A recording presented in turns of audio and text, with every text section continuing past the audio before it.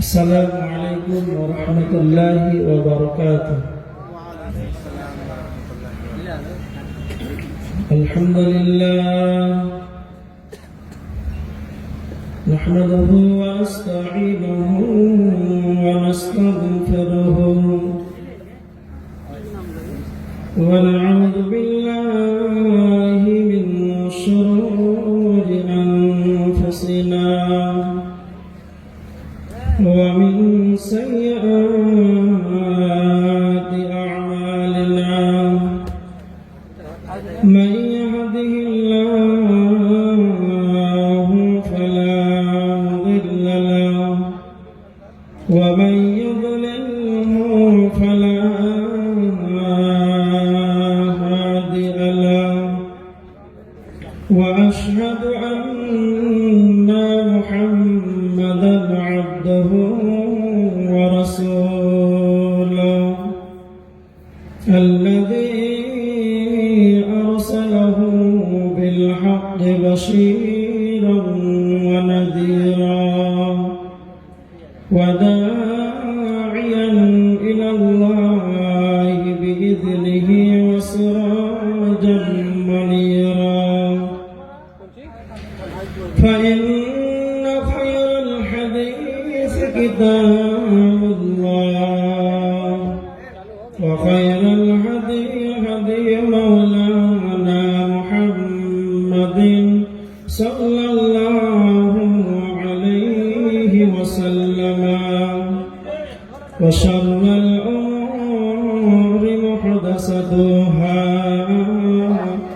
وكل محدثة بدعة وكل بدعة ضلالة وكل ضلالة في النار أما بعد فأعوذ بالله من الشيطان الرجيم بسم الله الرحمن الرحيم وما جعلنا لبشر من قبلك الخلد أفإن مت فهم الخالدون كل نفس ذائقة الموت ونبلوكم بالشر والخير فتنة وإلينا ترجعون بسم الله الرحمن الرحيم أفحسبتم أنما خلقناكم عبثا وأنكم إلينا لا ترجعون عن أبي هريرة قال رسول الله صلى الله عليه وسلم أكثروا ذكراي عن الموت هذه اللذات وقال النبي صلى الله عليه وسلم أكثرهم للموت ذكرا فقال النبي صلى الله عليه وسلم في رخص في زيارة القبور زوروا القبور فإنها تذكركم الآخرة আমি মরে গেলে কারে স্মরণে আমি কি আসিব আর আমাকে ভাবিয়া অশ্রু ঝরাবে এমন বেদনা বুকে আসে আমি মরে গেলে কারে স্মরণে আমি কি আসিব আর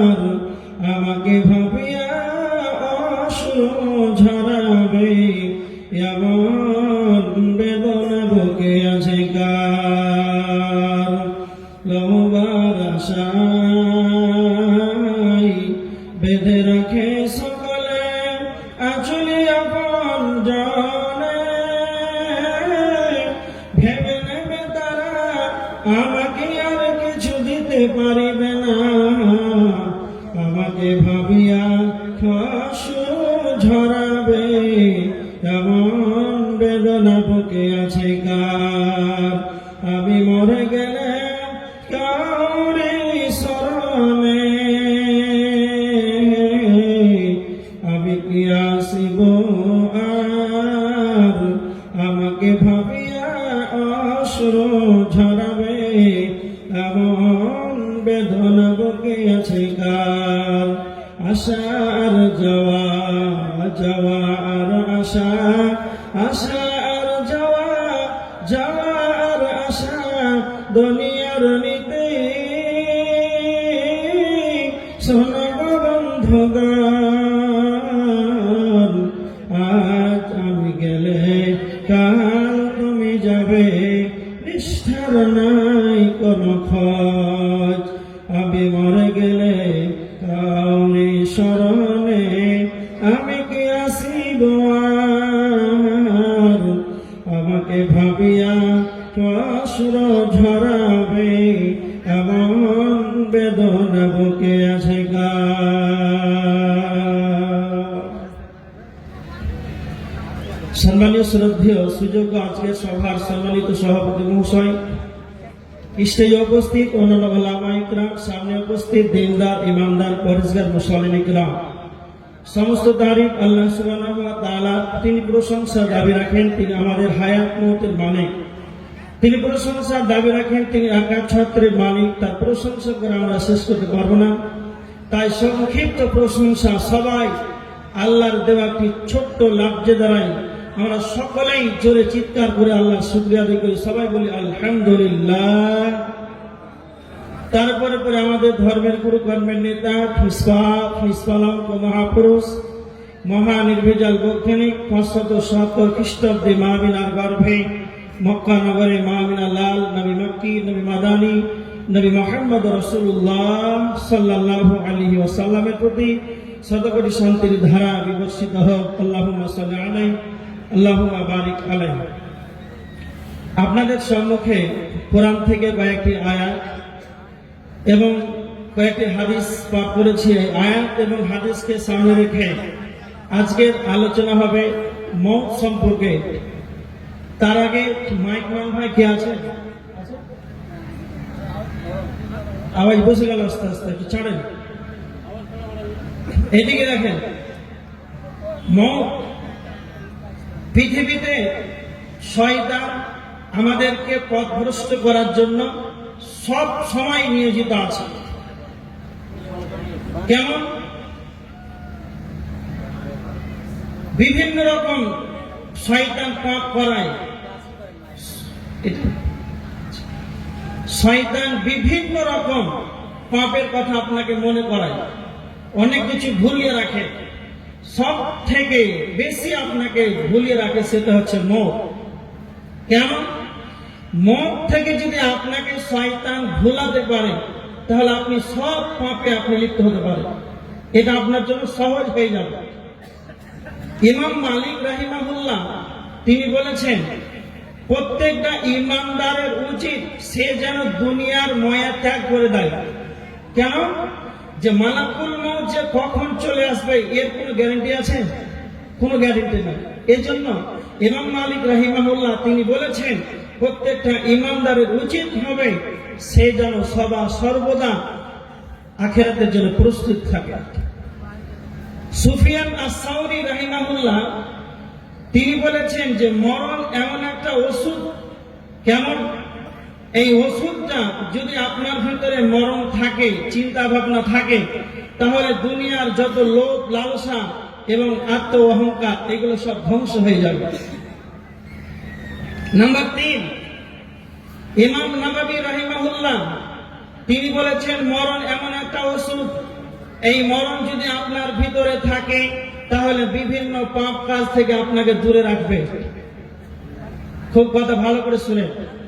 ইমাম নববী রাহিমাহুল্লাহ বলেছেন, যারা আখিরাতকে ভুলে যায়, যারা মরণকে ভুলে যায়, তারা দুনিয়া নিয়ে ব্যস্ত হয়ে যায়, দুনিয়ার জন্য তারা পাগল হয়ে যায়।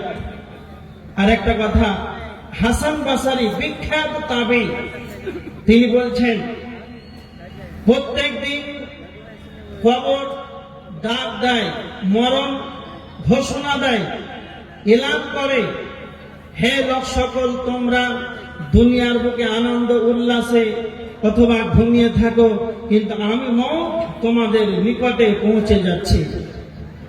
এবার দেখেন, তার মানে এগুলো কথা আমাদেরকে মনে রাখতে হবে। মওত এমন একটা সাবজেক্ট, মওত এমন একটা বস্তু, পৃথিবীতে যতগুলো জাতি আছে, যত ধর্মের মানুষ আছে, সবার ঐক্যমত, সবার একটাই ধারণা যে মরতে হবে। পৃথিবীতে মরার ব্যাপারে কারো কিন্তু দ্বিমত নাই, কিন্তু এক জায়গাতে দ্বিমত আছে। সেটা কোথায়? আল্লাহ বলেছেন সূরা কফ 3 নম্বর আয়াতের ভিতরে আল্লাহ বলেছেন, আইদা মিতনা ওয়া কুন্না তুরাবান যালিকা রাজউন বাঈদ। কাফেরদের ধারণা রয়েছে আমরা যখন মরে যাব, পচে যাব, গলে যাব, আমাদের হাড় হাড্ডিগুলো যেন মাটির সঙ্গে যেন মিশে যাবে, আমাদেরকে আর যেন পুনরুজ্জীবিত করা হবে না। তার মানে যারা কাফের হবে, যারা বেঈমান হবে, তারা তাদের ধারণা থাকবে রে আমরা মরে গেলে আমাদের হাড় হাড্ডি হয়ে যাবে, সেটাগুলো মাটির সঙ্গে যেন গলে মিশিত হয়ে যাবে, আর আমাদের রবের সামনে আমাদেরকে দাঁড়াতে হবে না। কিন্তু এটা ভিতরে তাদের দ্বিমত আছে। কিন্তু একটা কথা মনে রাখবেন, যারা ঈমানদার হবে এটা তারা কোনোদিন যেন ভাবতে পারে না। সারা পৃথিবীর বুকে যতগুলো ধর্ম ও শরীয়ত অবলম্বনকারী আছে, তারা বলে যারা সত্য মওতটাকে দেখছে, প্রত্যেকটা ধর্মের মানুষ দেখছে, সবাই যেন মানুষ মরছে, সে যে কোনো ধর্মের হোক না কেন, পৃথিবীর বুকে যতগুলো জাতি আছে রে, যতগুলো ধর্মের মানুষ আছে, সবারই যে মরতে হবে। কিন্তু যারা কাফের, তাদের ভিতরে সন্দেহ, তারা পোষণ করে যে আমাদেরকে মওতের পর আবার তোলা হবে না, কিন্তু এটা কোনদিন মুমিনের ধারণা হতে পারে না। আল্লাহ সুবহানাহু ওয়া তাআলা সূরা আল মুমিনুনের 115 নম্বর আয়াতের ভিতরে আল্লাহ বলেছেন, ওয়া আন্নাকুম ইলাইনা লা তুরজাউন। আল্লাহ বলেছেন, তোমরা কি ভেবেছো, তোমরা কি ভেবেছো যে তোমাদেরকে আমার নিকটে ফিরে আসতে হবে না?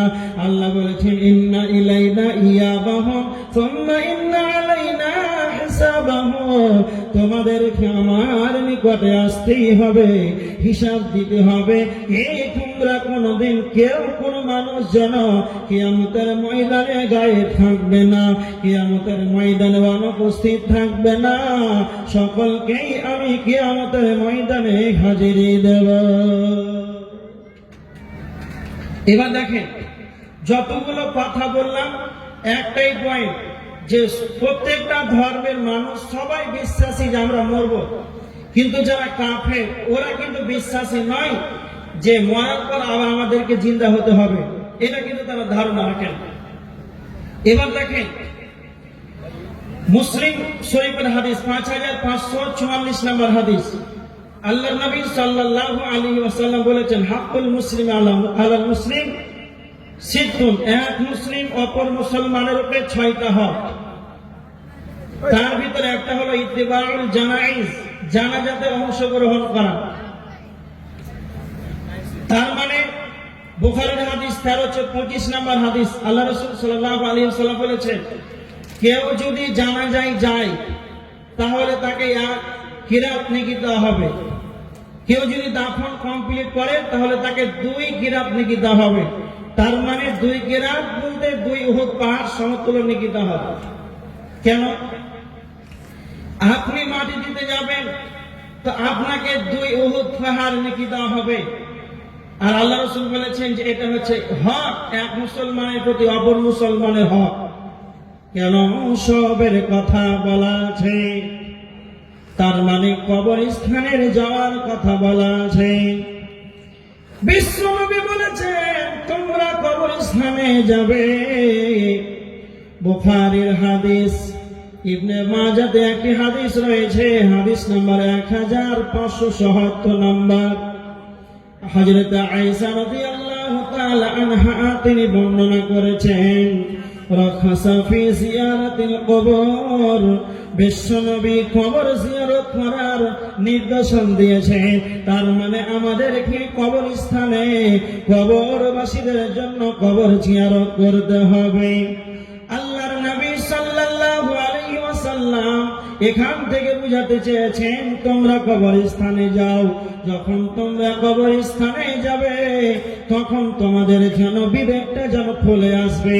যখন তোমরা একটা মানুষকে জানাজার সালাত আদায় করবে, তারপরে নিজের হাতে যখন তাকে কাফন পরিয়ে কবরস্থানে নীরব নগরে যখন তুমি রেখে দেবে, তোমার যেন বিবেকটা খুলে আসবে। এই জন্য দার্শনিকদের মত, কবর এমন একটি জায়গা, কবর এমন একটি জায়গা রে, সেইখানে গেলে যেন আপনার পরকালকে যেন স্মরণ আসবে। একজন দার্শনিক বলেছেন কবরস্থানটা হলো শিক্ষালয়ের জায়গা, কবরস্থানটা হলো একটা শিক্ষা নেওয়ার জায়গা। যেমন মসজিদে ছাত্ররা শিক্ষা নেয়, যেমন মাদ্রাসায় ছাত্ররা শিক্ষা নেয়, স্কুল কলেজ রয়েছে, ইউনিভার্সিটি ভার্সিটি রয়েছে, এইগুলিতে যেমন মানুষ শিক্ষা নেয়, তো কবরস্থানটাও হলো একটা শিক্ষাঙ্গন। কবরস্থানটাও হলো একটা শিক্ষাঙ্গন। কবরস্থানটা এমন একটি শিক্ষাঙ্গন, এমন একটি জায়গা, সেই জায়গাতে যেন সবাই যদি যারা যাবে কারা সেই জায়গাতে যেন শিক্ষা নেবে। যাদের বিবেক আছে, যাদের চেতনা আছে, যাদের জ্ঞান আছে, তারা কবরস্থানকে দেখে দেখে যেন শিক্ষা নেবে। কবরস্থানকে দেখে কি শিক্ষা নেবে? যেমন একটা মানুষ মারা গেল, ধরেন আপনার বন্ধু মারা গেল, এতটা আপনার নিকট কাছের আত্মীয় আপনার বন্ধু, এক কাপ চা খেতে গেল কেন তার সঙ্গে যেতে হয়।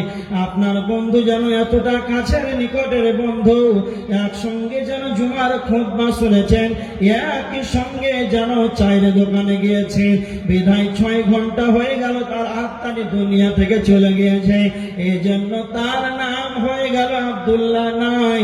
আব্দুল্লাহ থেকে তার আত্মাটি যাওয়ার কারণে তার নামটা হয়ে গেল তার লাশ।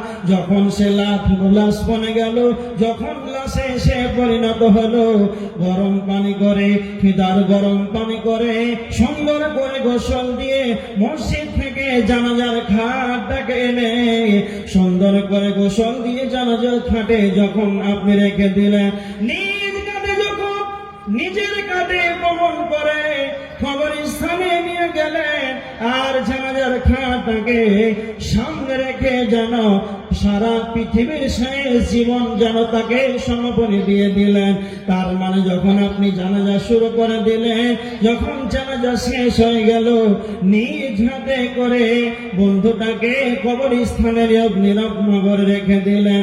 তো যারা দার্শনিক তিনারা বলেছেন, যারা জ্ঞানী হবে, যারা বিচক্ষণ হবে, যারা ইমানদার হবে, যারা জ্ঞানী হবে, যাদের বিবেক আছে, তারা এইগুলো দেখে যেন শিক্ষা নেবে। আজকে যাকে আমি গরম পাতা করে বরের পাতা দিয়ে গরম পানি দিয়ে যাকে গোসল দিয়ে দিলাম, যাকে আমি কাঁধে করে যেন কবরস্থানে নিয়ে গেলাম, আজকে যাকে সামনে রেখে জানাজার সালাত আদায় করলাম, যাকে আমি নিজ হাতে কবরস্থানে যেন নামিয়ে দিলাম, যারা বিবেকবান হবে এইগুলো দেখে শিক্ষা নেবে। আজকে যাকে যেই রকম ভাবে আমি কবরস্থানে রেখে দিলাম, আমাকেও এইভাবে যেন কবরস্থানে চলে আসতে হবে। যখন আপনি কবরস্থানে যাবেন, তখন আপনার পরকালমুখী আপনার জীবনটা তৈরি হয়ে যাবে, মরণকে স্মরণ আসবে। ইবনে মাজাহ শরীফের হাদিস 1559 নম্বর হাদিস। বিশ্বনবী বলেছেন, জুবুরুল কুবুর, জুরুল কুবুর, তোমরা কবর জিয়ারত করো। কেন বিশ্বনবী কবর জিয়ারতের কথা বলেছেন? যখন আপনি কবরের কাছে যাবেন, যখন কবরবাসীদের জন্য কবর জিয়ারত করবেন, আল্লাহর নবী বলেছেন ইন্নামা তুযাক্কিরুকুমুল মাউত, এই মওত না তখন তোমার জন্য তোমার স্মরণ হবে, যখন তোমার মরণ স্মরণ হয়ে যাবে। আল্লাহর নবী বলেছে যখন তোমার মরণ স্মরণ হয়ে যাবে। তিরমিজি শরীফের 2307 নম্বর হাদিস, বিশ্ব নবী সাল্লাল্লাহু আলাইহি ওয়াসাল্লাম তিনি বলেছেন আকসির যিকরা, তোমরা বেশি বেশি করে মরণকে স্মরণ করো, ইয়ানিল মওত, মরণকে বেশি বেশি করে স্মরণ করো। আল্লাহর নবী কেন মওতটাকে স্মরণ করার কথা বললেন? এই জন্য নবীজি মরণকে স্মরণ করার কথা বললেন। হাদি বিল্লাদাত, মওত এমন একটা সাবজেক্ট, মওত এমন একটা বস্তু, যখন আপনি স্মরণ করবেন পৃথিবীর যতগুলো চাকচিক্য নৈসিক জীবনের মজা, দুনিয়ার যত স্বাদ, দুনিয়ার যত মজা, সমস্ত মজা স্বাদটাকে ধ্বংস করে দেয়, সেটাই হলো মওত। এই জন্য বিশ্ব নবী বলেছেন যখন তুমি কবর জিয়ারত করবে, কবরে যাবে, তোমাকে এইভাবে কবর স্থানে যেতে হবে, তখন তুমি মসজিদের গেটটাকে খুঁজে পেয়ে যাবে। এই জন্যই বলা হয়েছে যে কবরস্থানে যাও, যখন তুমি কবরস্থানে যাবে তখন তোমার বিবেকটা খুলে আসবে। কবর জিয়ারত করো, কবরস্থানে যাও, কবরবাসীদের জন্য দোয়া করো, মাগফিরাত কামনা করো, কিন্তু কবরবাসীর কাছ থেকে কিছু তোমরা চেয়েও না। এবার দেখেন আল্লাহ রাসূল সাল্লাল্লাহু আলাইহি ওয়াসাল্লাম বললেন তোমরা মরণকে স্মরণ করো, বেশি করে মরণকে স্মরণ করো। কেন? যখন আমি আপনি মরণকে স্মরণ করব, তখন পৃথিবীর যে স্বাদ, পৃথিবীর যে টান, পৃথিবীর যে মজা আমাদেরকে টেনে ধরছে, সেটা আমরা ছাড়তে পারবো। এই জন্য আল্লাহ নবী সাল্লাল্লাহু আলাইহি ওয়াসাল্লাম মওতকে স্মরণ করার কথা বললেন। আজকে বর্তমান সময়ের মানুষ দেখেন, আজকে আমরা মরণকে স্মরণ করি না। হযরত আবু হুরায়রা বিখ্যাত সাহাবী, তিনি মরণকে স্মরণ করে কাঁদতেন। এমনকি হযরত আবু দারদা রাদিয়াল্লাহু তাআলা আনহু মরণকে স্মরণ করে কাঁদতেন আর একটা কথা বলতেন, হে লোক সকল, তোমরা তিনটি জিনিস কখনো ভুলো না, তিনটা কথা সর্বদা তোমরা মনে রাখবে। এক নাম্বার হলো মরণকে সর্বদা স্মরণ রাখবে, দ্বিতীয় নাম্বার হলো কবর, তিন নাম্বার হলো আল্লাহর সামনে আমাদেরকে যেন উপস্থিত হতে হবে, আল্লাহর সম্মুখীন হতে হবে। এই তিনটা জিনিস তোমরা কখনো যেন ভুলো না। তার মানে সাহাবীরা যেন কবরকে বলে স্মরণ করতেন। যেমন হযরত উসমান রাদিয়াল্লাহু তাআলা আনহু যখনই কবরের কাছে যেতেন, কবর দেখতেন, তখন এই হযরত উসমান রাদিয়াল্লাহু তাআলা আনহু দাড়িটা যেন ভিজে ভিজে ভিজে যেন তার জমিনে পানিগুলো পড়ে যেত। এতটা অধর ডাইনে কাঁদতেন, এতটা যেন হতভম্ব হয়ে যেতেন যখনই কবরের কাছে যেতেন। সাহাবীরা জিজ্ঞাসা করতেন, হযরত উসমান, যখন নবীজি জান্নাত জাহান্নামের কথা বলে তখন তো আপনি এতটা বেশি হতাগ্রস্ত হন না, তখন তো আপনি এতটা বেশি কাঁদেন না, যখন এই কবরকে দেখেন তখন কেন আপনি এতটা বেশি বেশি ক্রন্দন করেন? আর এটা হাদিস তিরমিজি শরীফের 2308 নম্বর হাদিস। তখন হযরত উসমান বলেছিলেন, ইন্নাল কবরা আউয়ালু মানাজিলিল আখিরাহ। আল্লাহর নবী বলেছেন, ও আমার সাথীরা, তোমরা শুনে রেখে দাও, ইন্নাল কবরা আউয়ালু মানাজিলিল আখিরাহ। পরকালের যতগুলো স্টপেজ আছে, প্রথম স্টপেজ হলো কবর। কেউ যদি কবরে বেঁচে যায় তাহলে সব জায়গাতেই যেন বেঁচে যাবে, আর কেউ যদি কবরে ধরা খেয়ে যায় তাহলে যেন সব জায়গাতে যেন ধরা খেয়ে যাবে। এই জন্য উসমান সর্বদা যখনই তিনি কবরকে দেখে তখন তিনি মরণকে স্মরণ করে এতটা হতাশগ্রস্ত হয়ে যেন তার চোখে অঝোর নয়নে পানি ঝরে যেত। হযরত উমর রাদিয়াল্লাহু তাআলা আনহুর হাত ধরে বিশ্বনবী কয়টা কথা বলেছে। হাদিসটা তিরমিজি শরীফের হাদিস 2333 নম্বর হাদিস। আল্লাহর নবী হযরত উমরের শরীরের কোন অংশতে হাত দিয়ে উমরকে বললেন, উমর ওয়াউদ্দা নাফসাকা ফি আহলিল কুবর, তুমি সদা সর্বদা নিজেকে কবরবাসী ভেবে নাও, তুমি নিজেকে সদা সর্বদা ভাবো, তুমি নিজেকে কবরবাসী ভাবো। দ্বিতীয় নাম্বার উমর রাদিয়াল্লাহু তাআলা আনহুকে বললেন, উমর সকাল হবে তো সন্ধ্যার আশা করবে না, সন্ধ্যা হলে সকালের আশা করবে না। তার মানে আজকে আমরা সন্ধ্যায় যখন মাগরিবের সালাতে পড়ে নিলাম, মুমিন যারা হবে তা কোনদিন সেটা ভাবতে পারে না আবার যে সকাল হবে, আবার যে আমরা ফজরের সালাত পাবো, এর কোনো গ্যারান্টি নাই। তারপরে যখন ফজরের সালাত আদায় করে নিলাম, মুমিন যারা হবে তারা ভেবে নেবে আবার যে আমরা মাগরিবের সালাত পাবো, তার মানে সকাল হয়ে গেল, আবার সন্ধ্যা যে আমরা পেয়ে যাব, এটার কোনোদিন এক পয়সার দাম দিতে পারে না। এই জন্য বিশ্বনবী তাকে বলছেন না তো উমরকে, হে উমর তুমি সদা সর্বদা নিজেকে কবরবাসী ভেবে না। এদিকে লক্ষ্য করে, তার মানে সাহাবীরা মরণকে স্মরণ করতেন, হযরত উসমান কবরকে স্মরণ করতেন, দেখতেন তো কাঁদতেন, অঝোর নয়নে পানি ঝরত। আল্লাহ রাসূল উমরকে বলছেন তুমি নিজেকে কবরবাসী ভাবো। যতগুলো হাদিস বললাম একটাই কথা যে মওতকে স্মরণ করতে হবে, তবে আপনি পাপ থেকে বাঁচতে পারবেন। আজকে আমরা মওতকে স্মরণ করি, সত্য কথা বলি, আমরা আজকে মরণকে স্মরণ করি না। কি হয়, আমরা কবরস্থানে যাই কারো জানাজার সালাতে দাফনে, তখন আবার রাজনীতির গল্প করি। এরকম মানুষ আছে আপনাদের এলাকায়? আর কথা বললেন আছে? কবরস্থানে যাই তখন তার ছেলেটা কোথায় পড়ছে? সায়েন্সে পড়ছে, মেডিকেলে পড়ছে, ডাক্তার হবে। তো 2030-এ ডাক্তার হবে, তো 2025-এ কবরস্থানে গিয়ে বলছে যে 2030 আমার ছেলেটা ডাক্তারি পাস করে নেবে। এই কথাটা বলা কবরস্থানে প্রয়োজন আছে? কেমন মানুষ তো, অনেক মানুষ আছে, যত গল্প আছে কবরস্থানে গিয়ে শুরু করে দেবে। আমি বলে যাচ্ছি শুনেন, এরা মানুষ নামের পশু, এরা মানুষ নয়। দেখতে মানুষ, কিন্তু এরা মানুষের মতো, আল্লাহ রসুলের ভাষায় এরা মানুষ না। কেন মানুষ?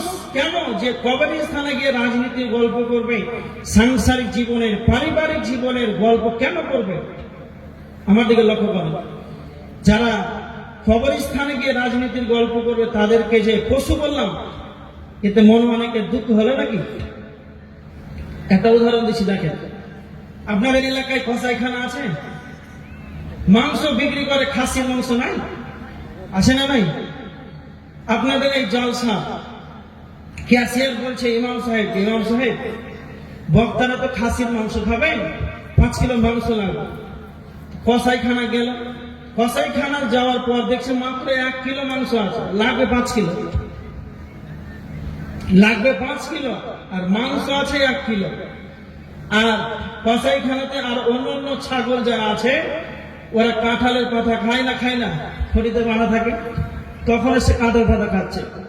তা আপনাদের এই মসজিদের ইমাম তখন বলছে কসাইখানার মালিককে যে ওই যে খাসিটা কাঁঠাল পাতা খাচ্ছে, একবারে হিষ্টপুষ্ট, খুব সুন্দর হবে, মাংস খুব ভালো হবে, তাকে কেটে দেবে। কত লাগবে? না তো 5 কিলো লাগবে, খাসির ওজন 10 কিলো। তখনও তার দাম দর চলছে, তার মানে 30 সেকেন্ড কিংবা 1 মিনিট পরে তার গলার উপরে ছুরি চলবে, তখন সে কাঁঠাল পাতা খাচ্ছে। খুব ভালো করে কথাটা শুনে, 1 মিনিট পর কিংবা 30 সেকেন্ড পর তার গলার উপরে ছুরি চলবে, তখন সে কাঁঠাল পাতা খাচ্ছে। কারণ সে হলো পশু, তার মানসত্বর জ্ঞান নাই, তার বিবেক নাই, তার চেতনা নাই যে আমার দামদার হয়ে গেল, আমি আর খাবো না, আমাকে আমার গলার উপরে ছুরি চলবে। এটা জানে না, সে পশু। পশু বুঝে না যে আমাকে মরতে হবে, এই জন্য সে কাঁঠাল পাতা খায়। আর আপনি বুঝেন না, কবরস্থানে গিয়ে রাজনীতির গল্প করছেন। তা আপনি ওর চাইতে, ওই খাসির চাইতে আপনি কি ভালো হলো? ও যেমন বুঝেন আপনিও তো বুঝেন না। আর একটা কথা শুনেন, মনে রাখ করবেন না। কেমন? 2 জন ছেলেকে ধরে নিয়ে আসে, 2 জন ব্যক্তিকে, তারপরে ফাঁসির কাস্টে 2 জনকে ঝুলিয়ে দেয়। 15 বছরের ছেলে 2 জনকে ফাঁসির কাস্টে, একজনকে ঝুলিয়ে দিলেন আর একজনকে বললেন যে তোমার 10 মিনিট পরে তোমার ফাঁসি হবে। খুব ভালো করে বুঝুন, তোমার ফাঁসি হবে মাত্র 10 মিনিট পর। আচ্ছা, একজন ঝুলছে আর একজনকে বলা হলো তোমার 10টা মিনিট সময় থাকলো। এই সময় যদি তাকে চাইনা থেকে 5G মোবাইল, কাশ্মীর থেকে আপেল, সৌদি আরব থেকে আজওয়া খেজুর, যাবতীয় বিভিন্ন দামি দামি জিনিস দেওয়া হয়, মোবাইল দিলে ফ্রি ফায়ার খেলবেন? বলেন খেলবেন? 10টা মিনিট আছে, খেলবেন? খেজুর খাবেন? আমেরিকার পাউরুটি দিলে খাবেন? তাকে কিছুই যেন ভালো লাগে না। তার মনের ভিতরে একটাই কথা যে মাত্র 10 মিনিট পর আমাকে যেন ফাঁসির কাস্টে ঝুলতে হবে। এই 10টা মিনিট যেন তার মাথায় কাজ করেছে যে আমাকে যেন 10 মিনিট পর যেন আমাকে দুনিয়া ছেড়ে চলে যেতে হবে। এই জন্য পৃথিবীর কোনো কিছুই তাকে ভালো লাগে না। এবার আপনি বলেন, ওকে 10টা সময় দেওয়া হলো, 10টা মিনিটে যতগুলো আমার সম্মুখে ডানে বামে স্টেজে যতগুলো মানুষ আছে, একবার অন্তরস্থল থেকে বলে আমার একটা সেকেন্ডের গ্যারান্টি আছে। আপনাদের মুখে সম্মুখে আমি চোখ দিয়ে দেখলাম, আবার যে পিছন ফিরে তাকাবো এর কোনো গ্যারান্টি নাই। তারপরে যেন আমরা মরণের পরিস্থিতি নিই না, তারপরে যেন কবর স্থানে গিয়ে রাজনীতির গল্প করে। আজকে আমরা মরণ কেবল ভুলে গিয়েছি, শয়তানের পদঙ্কতে আমরা পড়ে গিয়েছি।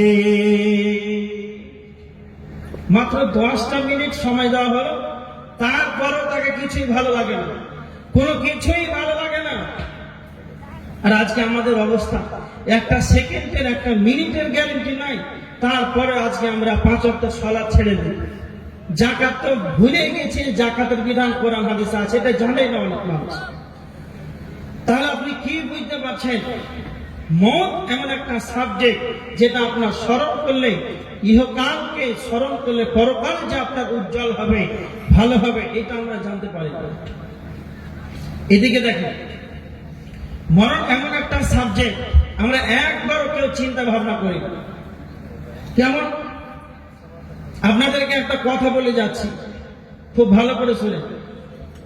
আগামীকাল লাশ হয়ে কবরস্থানে যাওয়ার আগেই, কথাটা সবাই মুখস্থ করে দেন, আগামীকাল লাশ হয়ে কবরস্থানে যাওয়ার আগেই, আগামীকাল লাশ হয়ে অন্যর কাঁধে চেপে কবরস্থানে যাওয়ার আগেই আপনি আপনার পায়ে হেঁটে মসজিদে যান, এতেই আপনার সফলতা আছে। ইনশাআল্লাহ যাবো তো? হাত উঁচু করে দেখা। মসজিদে যাবো তো ইনশাআল্লাহ? কবরস্থানে যাওয়ার আগে আমরা নিজের পায়ে হেঁটে মসজিদে যাবো, এতেই সফলতা আছে। কথাটা কি কতটা নিতে পারলেন? আজকে আমরা মসজিদ মুখে নাই, সারা রাত ধরে জালসা শুনে ফজরের ওয়াক্তে 5টা মুসাল্লি নাই। কি হবে? আপনার কি অবস্থা হবে? কি ভেবেছেন আপনি? নিজেকে অন্তরস্থল থেকে বলেন, যতগুলো মেলাতে ঘুরছেন, যতগুলো জালসার প্যান্ডেল ভিতরে আছেন, নিজের অন্তর থেকে বলেন কতজন, এখন হাজার হাজার মানুষ ঘুরছে, কতজন মানুষ ঈশানের সালাত আদায় করেছে, সেটা না আদায় করলে সে কাফের হয়ে যায়। তার কি অবস্থা? এইরকম ভাবে আমরা নিজেকে মুসলমান দাবি করছি। এদিকে দেখেন, একটা উদাহরণ দিচ্ছি। মরণকে স্মরণ যদি আপনার থাকে তাহলে আপনি মসজিদের গেটটা খুঁজে পাবেন। আপনার ইঁদুর বুঝেন? ইঁদুর বুঝেন? ইঁদুর বাড়ির আসবাবপত্র, বই খাতা সব কেটে দেয়, বুঝেন না আপনারা? তো সব কেটে দেয়, বিছানা কেটে দেয়। এই ইঁদুর, এত ইঁদুর আপনার ঘরে যে আপনার স্ত্রী বলছে আর টিকা যাচ্ছে না, ইঁদুর মারা একটা খাঁচা নিয়েছে। তখন আপনি কাঠিয়া থেকে এত বড় একটা ইঁদুর মারা খাঁচা নিয়ে আসেন। আর এই ইঁদুর মারা খাঁচাটাকে আনার পর এই বাক্সটাতে আপনি রাখলেন পাউরুটি, কেক, বিস্কুট, আপেল, বিভিন্ন রকম খাবার রেখেছেন। আর খাবার রাখার পর ইঁদুরের গর্তের উপরে এই বাক্সটাকে রেখেছে। কথা ভালো করে মনে রাখুন। যখন রাত 2টার সময় ইঁদুর এসেছে, তখন বলছে বাপরে বাপ, ও ভাবছে এই বাড়ির আমি জামাই, এত সুন্দর প্লেট সাজিয়ে দিয়েছে, ও ভাবছে এখানকার আমি বড় বাবা। তখন রাত 2টার সময় ভিতরে ঢুকেছে, খাঁচার ভিতরে। আর ঢোকার পর সে দেখছে বিস্কুট, আপেল খেতে আরম্ভ করেছে। এত খায়, খেতে খেতে আরো অনেক ইঁদুর আছে, লাইন দিয়ে আছে, বলছেন চাচা আপনি তো সব খেয়ে নেন, কিছু ভাগ পাওয়া যাবে? বলছে আয়, তোর সাথে কোনো দোষ করে নাই, খেয়ে যা। ওর ভাতিটা যখন ঢুকেছে, তো ঢোকা মাত্র এত জোরে হোঁড়া মেরেছে, কপাট পড়ে গিয়েছে। তখন ওই যে বাবু চুপচাপ, মুখ বন্ধ, আপেল আছে, বেদানা আরো আছে, বিস্কুট আছে, আর কিন্তু খাই না। আর আরেকজন পিছনে লাইন আছে, এবার বলছেন আরেকটা ভাতিজা আছে, বলছে চাচা ওই যে বিস্কুটটা খান। আর মাথা নাড়াচ্ছে না, খাবে না। বলছে ওই যে পাউরুটি খান, খাবে না। কেন খাবে না বলেন তো? তার মানে তাকে যখন কপাটটা যখন তার পড়ে গেল, সে ভেবে নিল, যখনই কপাটটা পড়ে গেল সে ভেবে নিল যে আমি আমার মরণ ছাড়া আর কোনো আমার গতি নাই, আমি মালিকের খাতে যেন ধরা পড়ে গিয়েছে, এবার আমার যেন মওত ছাড়া গতি নাই। যখন সেই রাত 2টার সময় বাক্সর ভিতরে ঢুকে গেল, তার মোটা মোটা বড় বড় ডায়লগ চালু হয়ে গেল, আরে আমাকে দিবে না তো কাকে দিবে? যদি আমাকে খাবার না দেয়, তার আমি জামা কাপড় কেটে দিব, আসবাবপত্র বই খাতাগুলোকে কেটে দেব। এত মোটা মোটা লেকচার দিয়ে গেল। আর যখন এই কপাটটা পড়ে গেল, তার মতটা তার তখন স্মরণ চলে এলো। যখন এই মরণটা স্মরণ হয়ে গেল, তখন আর পৃথিবীর কোনো খাবার তাকে ভালো লাগে না। তার মরণ এমন একটা সাবজেক্ট, যখন আপনার মরণটা যখন স্মরণ হয়ে যাবে, যারা রাজনীতি করে, মাস্তানি করে, যারা অহংকার করে, যারা একে অপরের প্রতি জুলুম করে, যারা মানুষের জমিকে যেন আইল দাবিয়ে নাই, পৃথিবীর বুকে যত মাস্তানি করেছে, এদের ভিতরে মওত সাবজেক্টটা নাই। যখন এদের ভিতরে মওত সাবজেক্টটা ঢুকে যাবে, তখন ওই ইঁদুরের মতন সব মাস্তানি বন্ধ হয়ে যাবে। এই জন্য বিশ্বনবী বলেছে, আফরদি করা, তোমরা স্মরণ করো আনিল মওত, তোমরা বেশি বেশি করে স্মরণ করো মৃত্যুকে, তোমরা বেশি বেশি করে স্মরণ করো। বিশ্বনবীর কাছে একজন সাহাবী আল্লাহর নবীকে এসে বলছেন, আল্লাহর নবী আপনি বলেন সব চাইতে বুদ্ধিমান ইমানদারকে, সব চাইতে বুদ্ধিমান ব্যক্তিকে? ইবনে মাজাহ শরীফের 4259 নম্বর হাদিস। আল্লাহর নবী বললেন, আকসারুহুম লিল মাউত যিকরা, যেই ব্যক্তি সব চাইতে বুদ্ধিমান হবে সেই ব্যক্তি বেশি বেশি করে মরণকে স্মরণ করবে। তার মানে যারা পৃথিবীর বুকে সব চাইতে চালা, তারা মওতকে সদা সর্বদা স্মরণ করে। বিশ্বনবী তারপরে যে 2 নম্বর বললেন, সব চাইতে চালাক কারা? না তো দুনিয়ার বেঁচে থাকাকালে আখিরাতের জন্য প্রস্তুতিকে গ্রহণ করবে। যেমন আল্লাহ বলেছেন, ওয়াল তানজুর নাফসুম মা কদ্দামাত লিগাদ, সূরা হাশরের 18 নম্বর আয়াত। আল্লাহ বলেছেন তোমরা পরকালের জন্য তোমরা অগ্রিম কিছু আমল রেডি করে নাও। আমার আল্লাহ বলেছেন ওয়াবতাগি ফীমা আতাকাল্লাহু দারাল আখিরা, সূরা আল কসাসের ৭৭ নম্বর আয়াত। আল্লাহ বলেছেন আমি তোমাদেরকে যা দান করেছি রে, তোমরা আখিরাতের জন্য গৃহ অনুসন্ধান করে নাও। তো যারা চালাক হবে দুনিয়ার বেঁচে থাকাকালে আখিরাতের জন্য আমলগুলোকে যেন অগ্রিম রেডি করে নেবে, আর মরণকে বলে বেশি স্মরণ করবে। যখন আপনি মরণকে স্মরণ করবেন তখন আর দুনিয়ার স্বাদ আপনার হারিয়ে যাবে, দুনিয়া আর তখন আপনাকে ভালো লাগবে না। তখন আপনার দুনিয়া যখন আপনার কাছ থেকে হারিয়ে যাবে, দুনিয়ার স্বাদ যখন আপনাকে ভালো লাগবে না, তখন আপনার ইবাদত করতে ভালো লাগবে, মনোযোগী হতে পারবে। এবার দেখেন, মৌত এমন একটা সাবজেক্ট, মৌত আগে না হায়াত আগে? আপনারা জানেন কোনটা আগে?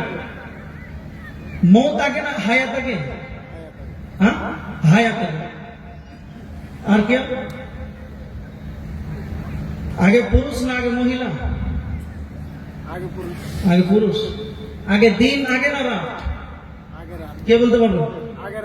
আগে রাত। আগে পুরুষ। হযরত আদম আলাইহিস সালাতু ওয়াস সালামকে আল্লাহ বানিয়েছেন আদমকে সর্বপ্রথম, তারপরে হাওয়াকে বানিয়েছেন। তার মানে আগে হলো পুরুষ, তারপরে মহিলা। আগে রাত না আগে দিন?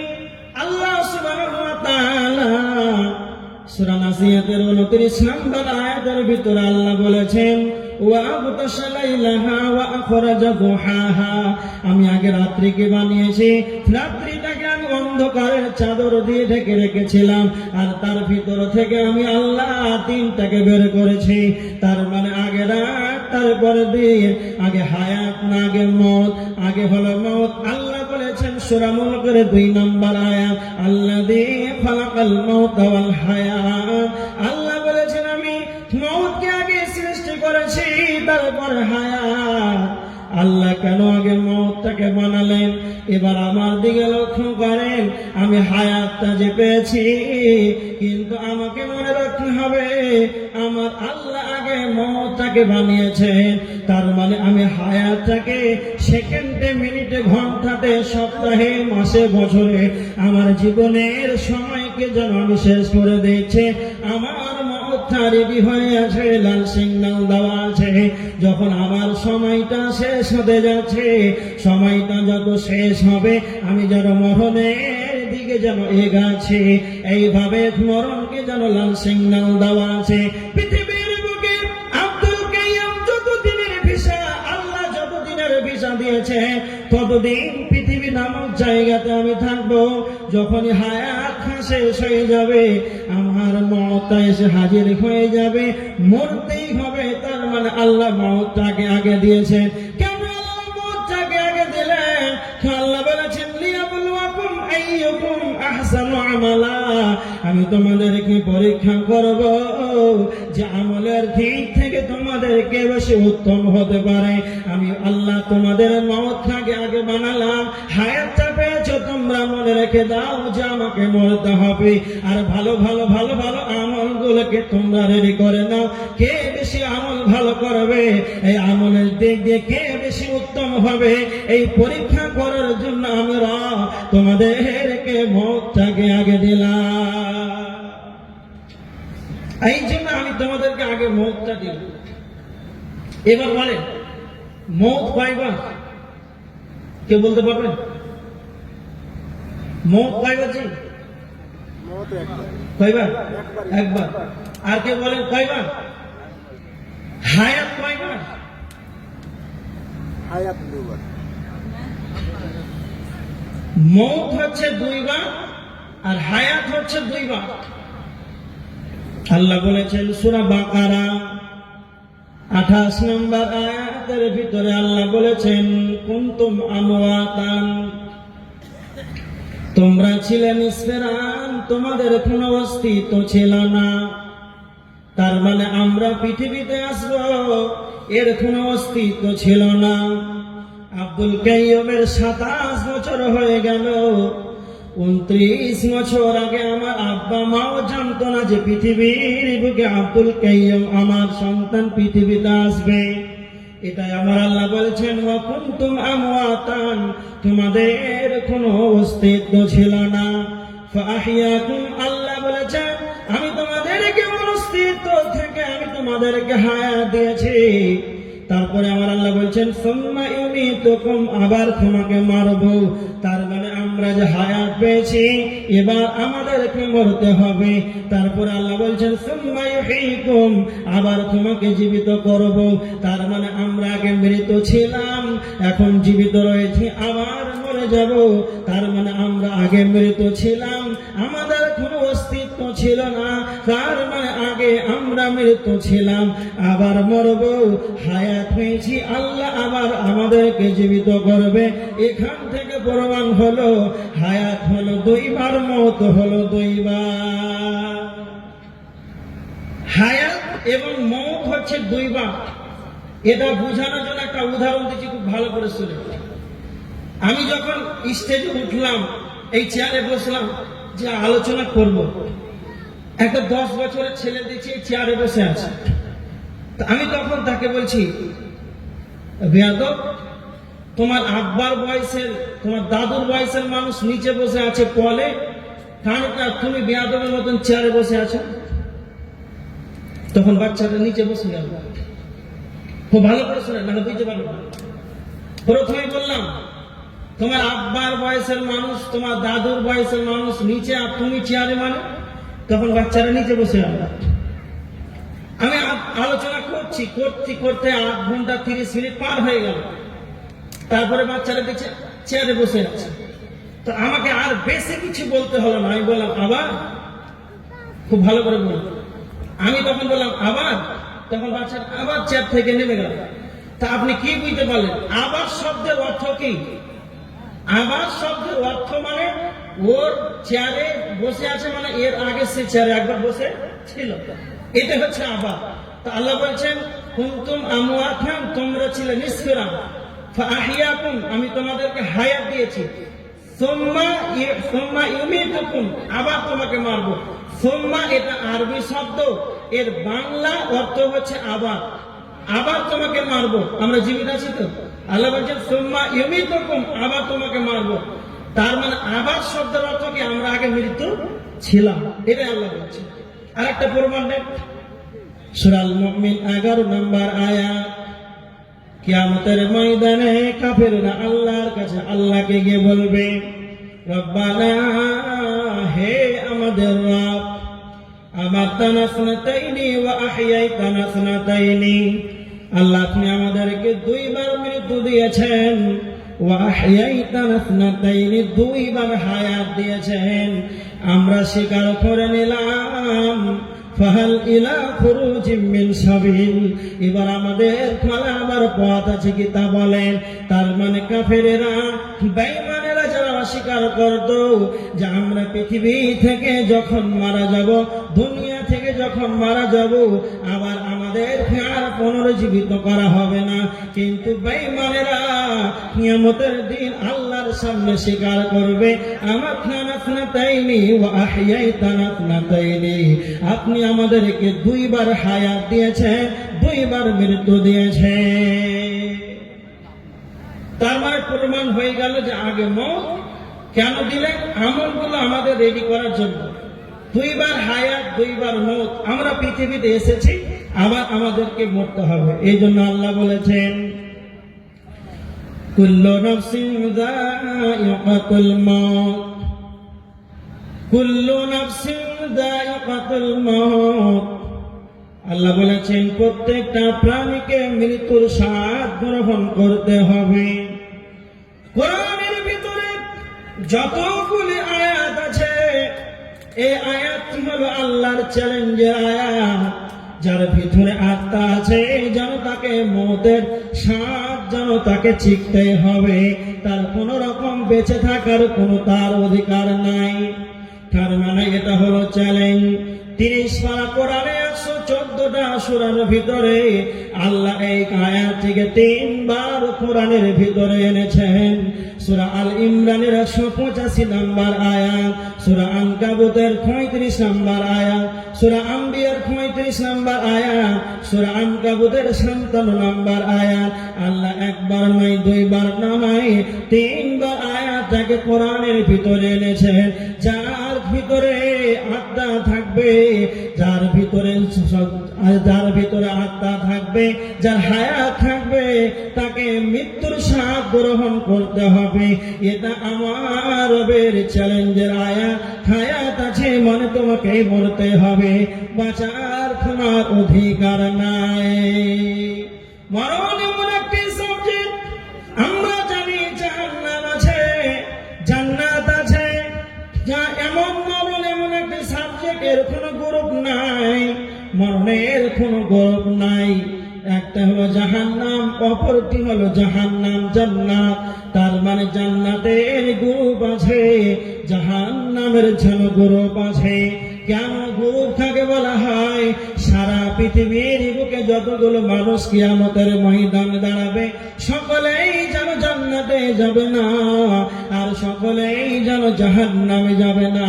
জান্নাতীদের গ্রুপ হবে, জাহান্নামীদের গ্রুপ হবে, জান্নাতীদের গ্রুপ হবে, জাহান্নামীদের গ্রুপ হবে। সকলেই যেন জান্নাতে যাবে না, সকলেই যেন জাহান্নামে যাবে না। জান্নাত জাহান্নামের গ্রুপ আছে, কিন্তু মতের কোনো গ্রুপ নাই। তুমি এমপি হও কেন, প্রধানমন্ত্রী হও, প্রাইম মিনিস্টার হও, তুমি চাকরিজীবী হও কিংবা প্লেন চালক হও, তুমি রিক্সা চালক হও, তুমি বাদশা হও কিংবা পথের ভিখারি হও, মতের সাথে চাকতেই হবে। এর কোন রকমের কোন গৌরব নাই। বাদশাকে মরতে হয়েছে, ফকিরকে মরতে হয়েছে। একটা কথা মনে রাখবেন, সারা পৃথিবী এমন একটা সময় অতিবাহিত হয়েছে, এখন পৃথিবীর ভোগে স্বাধীন দেশ হলো 200 দেশ। এই 200 রাষ্ট্র, 200 জন প্রধানমন্ত্রী রয়েছে, কিন্তু এমন একটা সময় যেন অতিবাহিত হয়েছিল, সারা পৃথিবীর একজন বাদশা ছিল, আর একজন বাদশা যেন সারা পৃথিবীকে যেন শাসন করত। তার ভিতরে 4জন ব্যক্তি সারা পৃথিবীকে যেন শাসন করত। 4জন ব্যক্তি সারা পৃথিবীর যেন বাদশা ছিল। তার ভিতরে 2জন মুসলমান আর 2জন হলো কাফের। 2জন মুসলমানের নাম সুলাইমান ইবনে দাউদ আলাইহিস সালাম, 2 নম্বর জুলকারনাইন। 2জন কাফেরের নাম, একজনের নাম হলো নমরুদ, অপরজনের নাম হলো বাগদানাসার। এরা 4 জন সারা পৃথিবীকে যেন একাই শাসন করেছিল। তারপরে তাদেরকে দুনিয়া ছেড়ে চলে যেতে হয়েছে।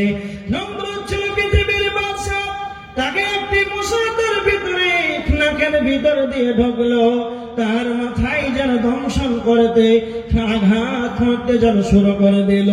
এতটা যেন ব্যথায় যেন সে ব্যথিত হয়, তার প্রজারাকে বলছে, তোমরা আমার মাথায় বাড়ি মারো।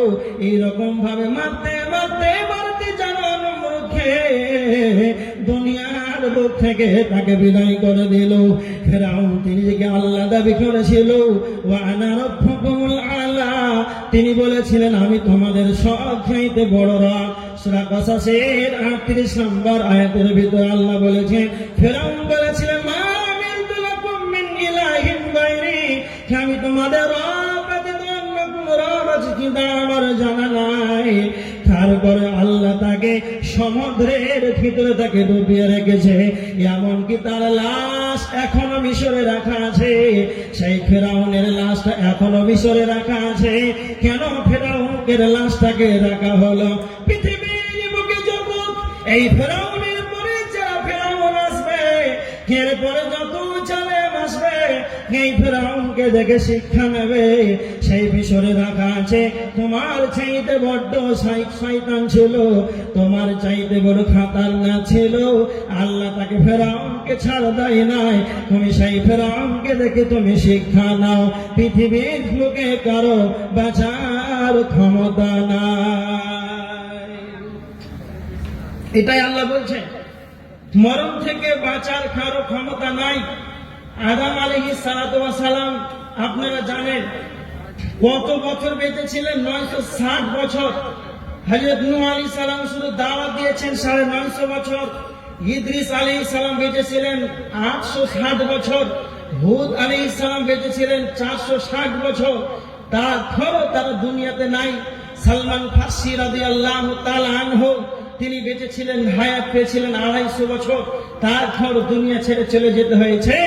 এত দীর্ঘ সময় পাওয়ার পর আল্লাহ রাসূল সাল্লাল্লাহু আলাইহি ওয়াসাল্লাম বলছেন, উমর উম্মতি, আমার উম্মতের গড় বয়স মিন 60 সানাতান ইলা 70 সানাতান, আমার উম্মতের 60-70 বছর বয়স, এর মধ্যে মারা যায়। তাহলে তারা এত দীর্ঘ সময় পাওয়ার পর তাদেরকে দুনিয়া ছেড়ে চলে যেতে হয়েছে। আর সামান্য 60-70 বছর আয়ু আমাদের দেওয়া হয়েছে, তারপরে আমাদেরকে এই অবস্থা আছে। কি অবস্থা! এবার দেখেন, মৌত থেকে কারো বাঁচার ক্ষমতা নাই। আমেরিকার একজন মাইকেল জ্যাকসন তার নাম, তিনি বলেছিলেন, মাইকেল জ্যাকসন তিনি বলেছিলেন যে আমি বাঁচব 150 বছর, 150 বছর। মরণকে কিন্তু অস্বীকার করে না।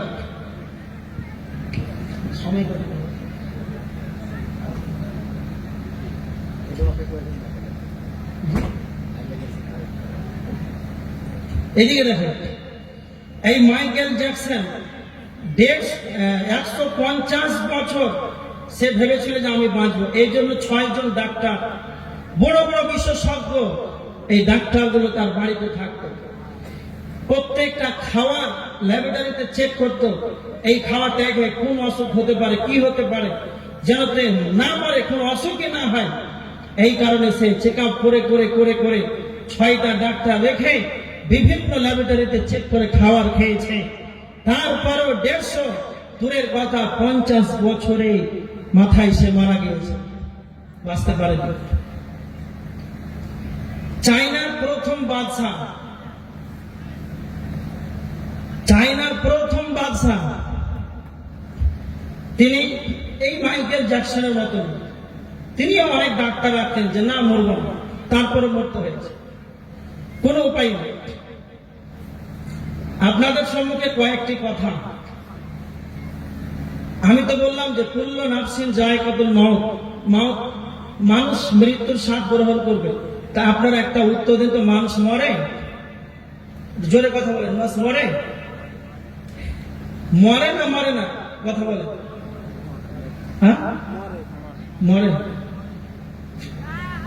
আমি বললাম যে মানুষ মরে না। কেন? ভালো করে দেখেন, কুল্লু মানে হচ্ছে প্রত্যেক, নাফসুন মানে হচ্ছে প্রাণী, প্রত্যেকটা প্রাণী, যায়কা মানে হচ্ছে চিখা, স্বাদ গ্রহণ করা। আপনাকে হেড বাংলায় বলা হয় চাটা।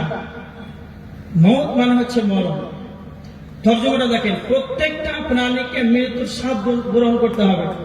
এখানে তো বলা হয়নি যে প্রত্যেকটা প্রাণীকে মরে যেতে হবে, স্বাদ গ্রহণ করতে হবে। ধরেন আপনাদের জালসার সভাপতি মশাই পানি খেলো, দেখতে পেলেন তো? পানি খেলো, সে পানি হয়ে গেল না পানি স্বাদ গ্রহণ করলো? কথা বল। পানি যে খেলো, তো পানি হয়ে গেল সভাপতি সাহেব, না পানি স্বাদ গ্রহণ করলো? আপনি ধরেন মধু নিলেন, এরকম করে চাটলেন, চিখলেন, তা আপনি কি মধু হয়ে যান, না মধু স্বাদ গ্রহণ করেন? কথা বলেন, স্বাদ গ্রহণ করলেন। অনুরূপ মানুষ মরে না, মানুষ মৃত্যুর স্বাদ গ্রহণ করে, যায়কা, চাটে, চিখে মানুষ মৃত্যুর স্বাদ গ্রহণ করে। কেমন? একটা উদাহরণ দিয়ে ভালো করে শুনুন। মানুষ কোনোদিন মরে না। কেমন? আপনাদের এলাকায় ধরেন আপনাদের মুখিয়াজি বিয়ের, ওর বেটার বিয়েতে আপনাদেরকে সবাইকে, গোটা গ্রামের মানুষকে নিমন্ত্রণ দিয়েছে যে আমার বাড়িতে দুপুরে দাওয়াত থাকবে। খেতে গিয়েছেন সবাই মিলে। তো প্যান্ডেল, এত বড় প্যান্ডেল করেছে, অনেক ধনী মানুষ, অনেক মানুষকে দাওয়াত দিয়েছে, বিশাল বড় প্যান্ডেল, খাওয়া দাওয়া চলছে। তো যখন আপনি প্যান্ডেলে ঢুকে পড়লেন, তখন আপনাকে প্রথমে কি দেয়? কথা বলেন যে পাতা দেয়, পাতা দিল, তারপরে আলু ভাজি দিল, তারপরে সাদা ভাত দিল, তারপরে ডাল দিল। এই করে দিতে দিতে আপনার হলার চালু হয়ে গেল, খেতে শুরু করে দিলেন। খেতে খেতে যখন আপনার মাংস খেয়েছেন, খেতে খেতে একবার শেষ পর্যায়ে খাওয়া, তখন আপনাকে আপনাদের কাটিহারে দেয় মিষ্টি, দেয় দুটো, আপনাদের এলাকায় দেয়, দেয় ডিজিটাল খাওয়া। তো আপনি এবার দেখেন শেষের দিকে যখন আপনাকে মিষ্টি দিল, তখন আপনি কি ভাবছেন যে আইটেম বাড়ছে না কমছে? হ্যাঁ, কমছে। তারপর আপনাকে পাঁপড় দিল, পাঁপড় খাওয়া দাওয়া চালু। তারপর আপনাকে শেষে টক টক টক দিয়ে দিল, টক। তখন আপনি বলছেন যে আর কিছু দেবেন, আবার বেরিয়ে যান। তার মানে যখন আপনি প্যান্ডেলের ভিতরে ঢুকে পড়লেন, বাধা দিল, সাদা ভাত দিল, খাওয়ার আরম্ভ। খেতে খেতে যখন দুইটা মিষ্টি দিয়ে দিল, তখন আপনি ভাবছেন আমরা একবার শেষের দিকে পৌঁছে গিয়েছি। যখন পাঁপড়টি পড়ে গেল, তখন ভাবছি যে আর বেশি কিছু না দিলে টক দিবে। আর যখন টক দিয়ে দিল, দই দিয়ে দিল, তখন আপনি বলছেন তাড়াতাড়ি বেরিয়ে যান। আর মুখিয়া যে আমাদের জন্য কোনো খাবারের ব্যবস্থা করে নাই, এখান থেকে আমাদের সে। তার মানে এবার বুঝেন, পৃথিবীর বুকে যখন কোনো সন্তান মায়ের পেট থেকে যখন দুনিয়াতে ভূমিষ্ঠ হয়ে যখন পৃথিবীতে আসে, সন্তানটা কি খাবে? আল্লাহ রিজিকের মালিক কি কি খাবে তার রিজিক যেন করা আছে। এটা খাবে যখন পৃথিবীর বুকে মায়ের পেট থেকে যখন সন্তান যখন ভূমিষ্ঠ হয়ে আসে, তখন তার সাদা পানি খায় কিংবা তার মায়ের স্থানের দুধ খায়। খেতে খেতে 2টা 3টা 4টা বছর যখন চলে গেল, সাদা ভাত খেতে শুরু করলো। 7 বছর যখন হয়ে গেল, ভাত বিহীন মুক্ত গুলো এই মাংসগুলো শুধু চিবাতে আরম্ভ করলো। 12 বছর যখন হয়ে গেল, হাড় খেতে আরম্ভ করে দিল। গলাটা যখন মোটা হয়ে গেল, সমস্ত কিছুই কিন্তু তার খাওয়ার শেষ হতে হতে হতে এইভাবে তার যতগুলো আইটেম তার আল্লাহ তাকে লিখে রেখেছে, সমস্ত খাবার খায়, তার কোন রকমের কোনো অসুবিধা নাই। এই তার আল্লাহ পৃথিবীর সর্বশেষ খাবার তার ভাগ্যতে। সারা পৃথিবীর মানুষের সর্বশেষ খাবার আমার আপনার তকদিরে লেখা আছে, সেটাই হলো মওত। যখন আল্লাহ আমাদেরকে মওতের খাবারটা দিয়ে দিবেন, যখন চিখিয়ে দিবেন, তখন যেন আমরা পৃথিবীর প্যান্ডেল থেকে বেরিয়ে কবরের জগতে চলে যাব। আপনাদের এটা কি থানা পড়ে? কি থানা এটা? কোঢ়া। জীবন প্রথম শুনলাম যে কুড়ি কোঢ়া। আচ্ছা ধরেন একটা কুড়ি, আর আপনাদের পার্শ্ববর্তী থানা কি? বারারি। বারারি আর একটা কুড়ি কোঢ়া, এই দুইটা হচ্ছে থানা। খুব ভালো করে শুনুন। তা আপনাদের এই জলসাতে মেলাতে কি একটা গন্ডগোল হয়ে গেল, আর হয়ে যাওয়ার পরে একবার মারপিট শুরু হয়ে গেল। মাত্র একবার একজন মার্ডার, 10 জনের নামে একবার কেস হয়ে গেল আপনাদের এই গ্রামে, 10 জন ব্যক্তির নামে। তখন আপনারা এই কুড়ি থানাতে আপনারা তখন চলে গেলেন কেস লিখাতে, যে আজকে আমাদের মেলাতে এরকম একটা মানুষ মার্ডার হয়ে গেছে। তা আপনারা লিখে চলে এলেন, 10 জনের নামে কেস করে চলে এলেন। বললেন কখন না, তো ডিসেম্বর মাসের 28 তারিখ। তখন আপনাকে থানার বড়বাবু বলছে যে আপনারা সামনে মাসে 2026 জানুয়ারি মাসে 1 তারিখ আসবেন। খুব ভালো করে শুনে, আপনাকে সময় দিল জানুয়ারি মাসের 1 তারিখ আসবেন। আপনারা বাড়ি চলে এলেন যে সামনে মাসে জানুয়ারিতে 1 তারিখে যাবেন। আর তার পার্শ্ববর্তী থানার নাম কি বললেন? বানারি। এই যে কোড়াপুরি থানার বড় বাবু আর ওই বানারি থানার বড় বাবু, আপনাদের থানার বড় বাবু বানারি চলে গিয়েছে, আর ওখানকার বড় বাবু এখানে চলে এসেছে। এবার আপনারা গিয়েছেন 1 তারিখে জানুয়ারিতে সময় দিয়েছে। আপনারা থানা থেকে মেজবাবুর সঙ্গে দেখা করলেন যে বড়বাবু কোথায়? তখন মেজবাবু বলছে বড়বাবু আর নাই। তা আপনারা বলেন সে আর নাই, তো সে মারা গেছে না সে ট্রান্সফার হয়ে অন্য থানা চলে গিয়েছে? কথা বলে অন্য থানায় ট্রান্সফার হয়ে চলে গেছে। এটাই মানুষ কোনদিন মরে না, মানুষ পৃথিবীর জগৎ ছেড়ে দিয়ে ট্রান্সফার হয়ে কবরের জগতে চলে যায়। এবার আমার দিকে লক্ষ্য করেন, আমার নাম কি জানেন আপনারা? আব্দুল কাইয়ুম। আব্দুল কাইয়ুমকে আপনারা দেখেছেন? দেখেছেন? আরে হ্যাঁ না বলেন না, যে দেখেননি। বাংলাদেশে এক ঢাকাতে 2021 বলছি সভাপতি সাহেবকে, বয়স 60 বছর হয়ে যাবে। সভাপতি সাহেব আমাকে আপনি দেখতে পাচ্ছেন আব্দুল কাইয়ুমকে? বলছে হ্যাঁ মৌলানা একদিন ফেসবুকে দেখেছিলাম। আর সেক্রেটারি বলছে আমি ইউটিউবে দেখেছি। লেন ভাই। मोहतरम हजरात, होटल में खाना चालू है, जिन भाई को खाना है जाके खा के खत्म कर दे, इसलिए खाना बर्बाद हो जाएगा। कुछ पैसे उसी के हिसाब से हमारे पास भी आ जाएंगे, आप लोग जाके खाना खा लें। এদিকে দেখেন, তার মানে আমাকে বলছে যে ফেসবুকে দেখেছি, ইউটিউবে দেখেছি, আর আমি এখন আপনাদের সম্মুখে বসে আছি, তা আপনারা আমাকে দেখতে পেয়েছেন? হ্যাঁ দেখতে পেয়েছেন। যে না, আব্দুল কাইয়ুমকে কেউ দেখতে পাবে না। আব্দুল কাইয়ুমের যেটা দেখছেন সেটা মাথা থেকে পা পর্যন্ত, এটা হলো আব্দুল কাইয়ুমের দেহ। আব্দুল কাইয়ুম যে কথা বলছে তার আত্মা, সেই আব্দুল কাইয়ুম সে পৃথিবীর কারো দেখার ক্ষমতা নাই। যেটা আমাকে দেখতে পাচ্ছেন এটা হলো আব্দুল কাইয়ুমের বডি, এটা আমার দেহ। একটা উদাহরণ দিলে ভালো করে বুঝতে পারবেন। আপনাদের কাটিহার জেলাতে আমি জলসা করতে এলাম। রাত 2টার সময় আমি আমার 4 চাকাটা গাড়িটাকে ছেড়ে দিলাম, মালদা যাব, রওনা দিয়ে দিলাম। কাটিহারে যখন এই স্টেশন রোডে যখন চৌরঙ্গি মোড়ে গেলাম, অন্য একটা গাড়ি এসে 10 চাকার লরি এসে ধাক্কা দিয়ে গাড়িটা অ্যাক্সিডেন্ট হয়ে যেন আব্দুল কাইয়ুম সেই জায়গাতে যেন মারা গেল। সকালে আপনারা খবর পেলেন যে আমাদের প্রধান বক্তা, আমাদের দ্বিতীয় তৃতীয় বক্তা আব্দুল কাইয়ুম যে মালদা থেকে এসেছিল, কালিয়াচক থেকে যিনি বক্তব্য দিতে এসেছিলেন, তিনি নাকি সেই স্টেশন রোডে কাটিহারে চৌরঙ্গিতে যেন সে মরে পড়ে আছে।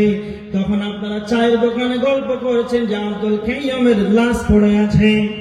কথাটা ভালো করে বুঝেন। আপনারা বলবেন না যে আব্দুল কাইয়ুম পড়ে আছে, সরাসরি বলবেন আব্দুল কাইয়ুমের লাশ পড়ে আছে। তার মানে আব্দুল কাইয়ুম আলাদা, আব্দুল কাইয়ুমের দেহ আলাদা, আব্দুল কাইয়ুম আলাদা আর আব্দুল কাইয়ুমের দেহ আলাদা। কেমন করে? এবার ভালো করে শুনে নেন। দেহ তৈরি হয়েছে মাটি থেকে, দেহ ফিরে যাবে আল্লাহর। দেহ তৈরি হয়েছে মাটি থেকে, দেহ ধ্বংস হবে মাটিতে। দেহ তৈরি হয়েছে মাটি থেকে, দেহ ধ্বংস হবে মাটিতে। দেহ তৈরি হয়েছে মাটি থেকে, দেহর খাওয়ার আছে মাটিতে, আবার দেহ ধ্বংস হবে মাটিতে। আত্মা এসেছে আল্লাহর কাছ থেকে, আত্মার খাওয়ার আছে আল্লাহর জিকিরে, আবার আত্মা চলে যাবে আল্লাহর কাছে। এবার দেখেন, এই জন্য আমার আল্লাহ বলেছে মিনহা খালাকনাকুম ওয়া ফিহা নুঈদুকুম ওয়া মিনহা নুখরিজুকুম তারাতান উখরা। আমি তোমাদেরকে মাটি থেকে সৃষ্টি করেছি, সৃজন করেছি, আবার তোমাদেরকে মাটিতে ফিরিয়ে দেব।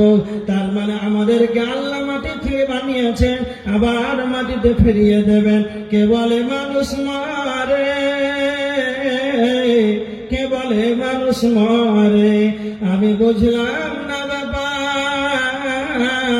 মরলে মানুষ বিচার হবে কার? মানুষ মরে না, মানুষ মৃত্যুর স্বাদ গ্রহণ করে, দুনিয়া থেকে ট্রান্সফার হয়ে আখিরাতের দিকে সে বাড়ি দেয়, কবরে জগতে চলে যায়। যাই হোক, আপনাদের এই জলসা মসজিদ কেন্দ্রিক নাকি? এত সুন্দর সভা, যেটা আল্লাহর কাছে মুসলিম শরীফের 1414 নম্বর হাদিস, আল্লাহ নবী বলেছেন আহাব্বুল বিলাদি ইলাল্লাহি মাসাজিদুহা, আল্লাহর নিকটে সবচাইতে পছন্দনীয় জায়গা হচ্ছে মসজিদ। তার মানে পৃথিবীতে মসজিদের চাইতে ভালো জায়গার দ্বিতীয় আল্লাহ যেটা বলেছেন এটাই, আর হতে পারে না। এই জন্য মসজিদের জন্য যে মসজিদে দান করবে এটা সদকায়ে জারিয়া। কেমন? এটা একটা ওয়াকফ। কেউ যদি মসজিদের জন্য দান করে সদকায়ে জারিয়া, তবে আপনি শুয়ে শুয়ে কবরে নেকি পাবেন। দেন আল্লাহর গোলাম যার সবাই তো অনেক দিয়েছেন, কিন্তু শেষ যার ভালো তার সব ভালো। আপনারা 500, 1000, 5000, 10,000 দিনওয়ালা কে আছেন আল্লাহর গোলাম, মসজিদের জন্য এই গভীর রাতে আপনারা দান করবেন। কেউ অনলাইনে দিতে পারেন, লিখাতে পারেন, চটচট করে আসেন। সবাই আমার কাছে একটু অংশগ্রহণ করে, যে যা পারবেন। আপনাদেরকে বলছি না 10,000 টাকা দিতেই হবে। এটা মসজিদের উন্নতি করবে জালসা, এত বড় সভা, লক্ষ লক্ষ টাকা খরচা আছে। কত দিলেন? 500 টাকা। আপনার নাম? এটা সবাই উঠে আব্দুল জব্বারের চাচার মতো 500 কেউ 1000, এইরকম যদি 10-এর লাঠি 1-এর বোঝা সবাই যদি আমরা কিছু কিছু দিই তাহলে অনেক হয়ে যাবে। আব্দুল জব্বার 500 টাকা দান করলেন। আল্লাহুম্মা সাল্লি আলাইহি, আল্লাহুম্মা বারিক আলাইহি। যে উদ্দেশ্যে দান করেছে আল্লাহ তুমি তার উদ্দেশ্য পূরণ করে নাও। আল্লাহুম্মা আহলিকা ওয়া মালিকা, আল্লাহ তুমি তার আহল পরিবারে বরকত দাও এবং তার মালে বরকত দাও। আল্লাহুম্মা সাল্লি আলাইহি, আল্লাহুম্মা বারিক আলাইহি।